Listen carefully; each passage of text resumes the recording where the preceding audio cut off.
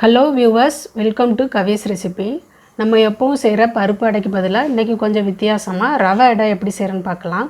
அதுக்கு இந்த கப்பில் 2 கப் ரவை எடுத்திருக்கேன், 1 கப் தயிர் எடுத்திருக்கேன். அது கூடவே ஒரு வெங்காயத்தை பொடி பொடியாக கட் பண்ணியிருக்கேன், ஒரு பச்சை மிளகாயை விதையை எடுத்துகிட்டு சின்ன சின்னதாக கட் பண்ணியிருக்கேன், ஒரு கேரட்டை தோல் சீவிட்டு துருவி வச்சுருக்கேன். சின்ன பிள்ளைங்க சாப்பிட்றதுனால பச்சை மிளகாய் விதையை எடுத்து கட் பண்ணியிருக்கேன், நீங்கள் அப்படியே கூட கட் பண்ணி சேர்த்துக்கலாம். ஒரு பவுலில் 2 கப் ரவை சேர்த்துக்கிறேன்.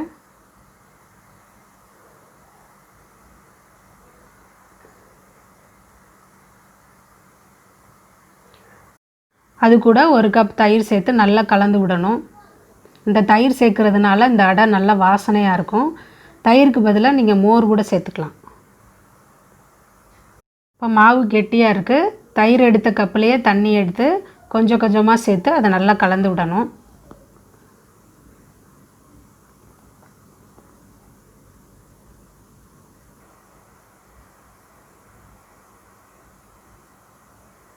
அது கட்டி எதுவும் இல்லாமல் நல்லா கலந்து விடணும். நல்லா கலந்து விட்டாச்சு. இப்போ இதுக்கு தேவையான உப்பு சேர்த்துக்கலாம்.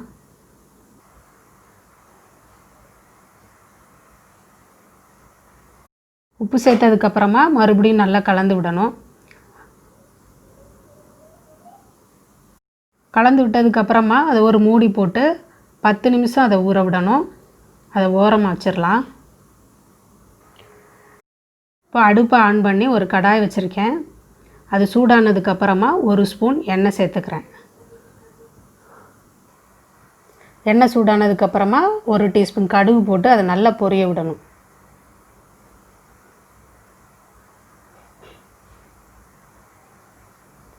கடுகு பொரிஞ்சதுக்கப்புறமா வெட்டி வச்ச வெங்காயத்தை சேர்த்துக்கலாம்.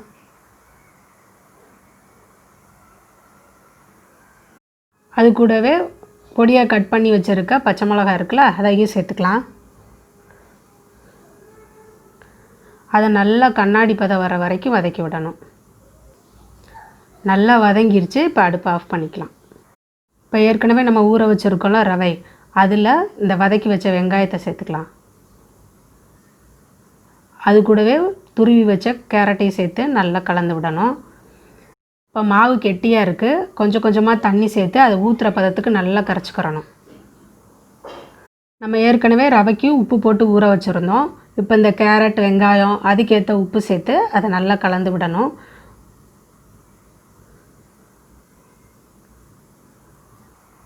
இப்போ அடுப்பை ஆன் பண்ணிவிட்டு ஒரு தோசைக்கல் வச்சுருக்கேன். அந்த தோசைக்கல் சூடாகட்டும். தோசைக்கல் சூடானோன்னே கொஞ்சமாக மாவை எடுத்து அதில் தோசை மாதிரி ஊற்றிக்கலாம். இந்த மாவு நல்லா இழுக்க வரும். எவ்வளோ தூரம் மெல்லிசாக இழுக்க முடியுமோ அந்த அளவுக்கு நல்லா இழுத்து ஊற்றுங்க.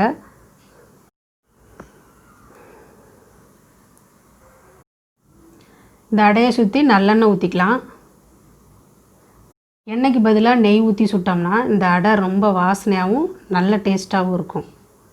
சின்ன பிள்ளைங்க ரொம்ப விரும்பி சாப்பிடுவாங்க. அது மேல் பாகம் நல்லா வெந்துருச்சு. இப்போ ஓரங்களை எடுத்து விட்டுடலாம். எடுத்து விட்டதுக்கப்புறம் அதை திருப்பி போட்டு நல்லா வேக விடணும். அடையோட கலரை பாருங்கள். நம்ம கலர் எதுவும் சேர்க்கலை, ஆனாலும் கலர் பாருங்கள் எவ்வளோ அருமையாக இருக்குன்னு. இது பார்க்கும்போதே சாப்பிட தோணும். இன்னும் கூட அந்த மேல் பாகம் கொஞ்சம் வேகணும். அதனால் மறுபடியும் திருப்பி போட்டு 2 பக்கமும் நல்லா வேக விட்டு எடுக்கலாம். வித்தியாசமான ருசியோட வாசனையான ரவா அடை ரெடி ஆயிடுச்சு. அடையோட நீங்கள் எந்த சட்னினாலும் சேர்த்து சாப்பிடலாம். தேங்காய் சட்னி ரொம்ப அருமையாக இருக்கும். நீங்களும் உங்கள் வீட்டில் ட்ரை பண்ணி பாருங்கள். உங்கள் ஃபீட்பேக்கை கமெண்ட் செக்ஷனில் சொல்லுங்கள். இந்த வீடியோ பிடிச்சிருந்துச்சுன்னா கவிஸ் ரெசிபி சேனலை சப்ஸ்கிரைப் பண்ணுங்கள். Thanks for watching.